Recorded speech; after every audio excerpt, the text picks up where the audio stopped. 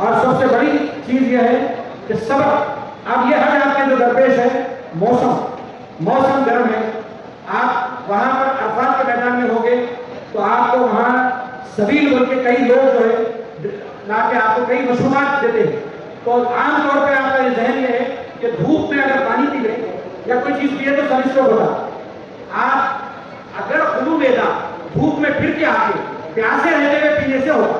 آپ دھوپ میں مسلسل عرفات کے میدان میں اگر آپ مشروبات پانی پیتے رہیں گے دو سے آپ سن اسٹروک سے بچیں گے, الیکٹرولائٹ امبیلنس سے بچیں گے. اور ایک چیز سب سے اہم چیز یہ ہے کہ آپ یہاں سے جب عزیزیہ آپ کے اکوموڈیشن لے جائے گا وہاں سے آپ عمرے کے لیے نکلیں گے.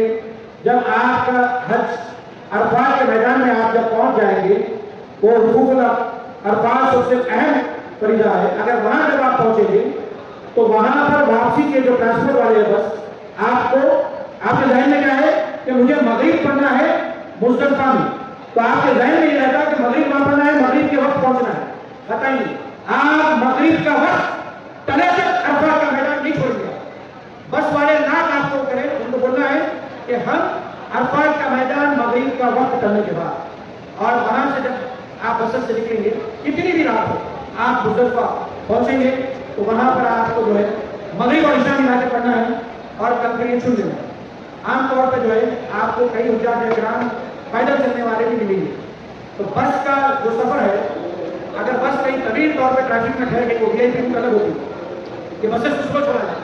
اگر آپ پیدل ویل چیئر والے بھی ہیں آپ اگر کر سکتے ہیں صحت ہے تو آرام سے آپ چل سکتے ہیں.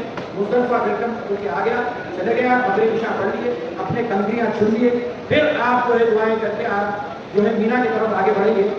مینا ویلکم کر کے دکھ جاتا ہے آپ کو فجر پڑھیں اور سیدھا جمرات کی طرف جائیں. آپ کے ذہن میں کیا رہتا ہے سادہ سامان جو بڑھ کے لے چلے جائیں گے عرفات کے میدان میں وہ میں مینا پہ ڈالوں گا بول کے آپ کے ذہن میں رہتا. تو اس چیز سے جو ہے آپ سامان لے جانے سے گریز کریں گے اور جمرات کی طرف سیدھا جائیے. ٹریفک آپ کو صرف جمرات کی طرف سے فریکوینسی سے چھوڑے جائیں گے. انہیں سیدھا آپ کو بولے گا اتنا برا والا جو جمرات سیدھا جمرات جائیے.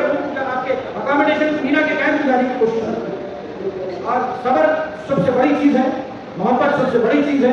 آج آپ یہاں سے اپنے دل سے سب کو معاف کر کے جائیے, سب کو معاف کر کے جائیے. آپ سے کتنی چیزیں کیسے ہوتی ہیں وہ اللہ تعالیٰ معاف کرے گا اور آپ کا جو افضل الذکر ہے اس سے حرارت پیدا ہو جاتی ہے. میں چاہوں گا کہ تلبیہ جو ہے آپ پڑھیں جس سے جو ہے آپ کو جو کیفیت پیدا ہو جائے کہ حجاج اکرام کے لیے, کیونکہ آپ کو فون سے ہر چیز سے محفوظ رکھے گا. ایک مرتبہ آپ تلبیہ پڑھیے, میں پڑھتا ہوں لبیک اللہم لبیک لبیک لا شریک لک لبیک ان الحمد والنعمت لک والملک لا شریک لک لبیک اللہم لبیک لبیک لا شریک لک لبیک ان الحمد والنعمت لک والملک لا شریک لک لبیک اللہم لبیک لبیک لا شریک لک لبیک ان الحمد والنعمت لک والملک لا شریک لک. اور ایک چیز آپ کے بیلٹ پہ مولوی کے ڈیٹیلز جو ہے وہ مکے کی حد تک آپ کو اس کو معروف ہر چیز ہر لوگ اس سے متعارف رہتے ہیں. اگر آپ بھٹک گئے تو مولوی کے دفتر پر یہاں مگر آپ جب مدینہ شریف میں اتریں گے کسی بھی رہائش کو آپ کو لے جایا جائے گا جو بھی آپ کی بلڈنگ ہوگی ہوٹل ہوگی آپ اذان ہوتے ہی آپ نماز کی طرف فوری روانہ ہو جائیں گے کیونکہ آپ کو 40 نمازیں پڑھنے کا موقع دیا جاتا ہے. 8 دن کی آپ کی رہائش ہے.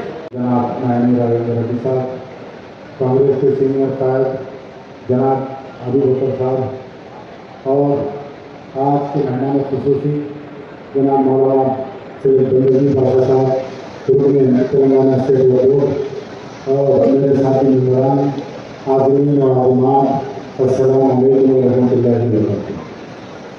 آپ حضرات کچھ لمحات میں یہاں سے نکلنے والے ہیں. الحمدللہ تلنگانہ اسٹیٹ حج کمیٹی کی جانب سے پچھلے 3-4 مہینوں سے آپ حضرات کے بیچ میں ہیں. ہم جہاں پر صحت کا خیال ہے اس کے لیے, وہاں پر جو پیدل چلنے کا ہے اس کے لیے, حج کے لیے پہلا پروگرام رکھا گیا جس کے اندر آپ لوگوں کو پیدل چلنے کی بھی ٹریننگ دی گئی اور مناسک کے حج صحیح طریقے سے ادا ہو, آپ کا حج اللہ کی بارگاہ میں قبول ہو. اس کے لیے بہترین علماء کرام کے خطابات اور پروگرام اور تربیتی کام کیے گئے. الحمدللہ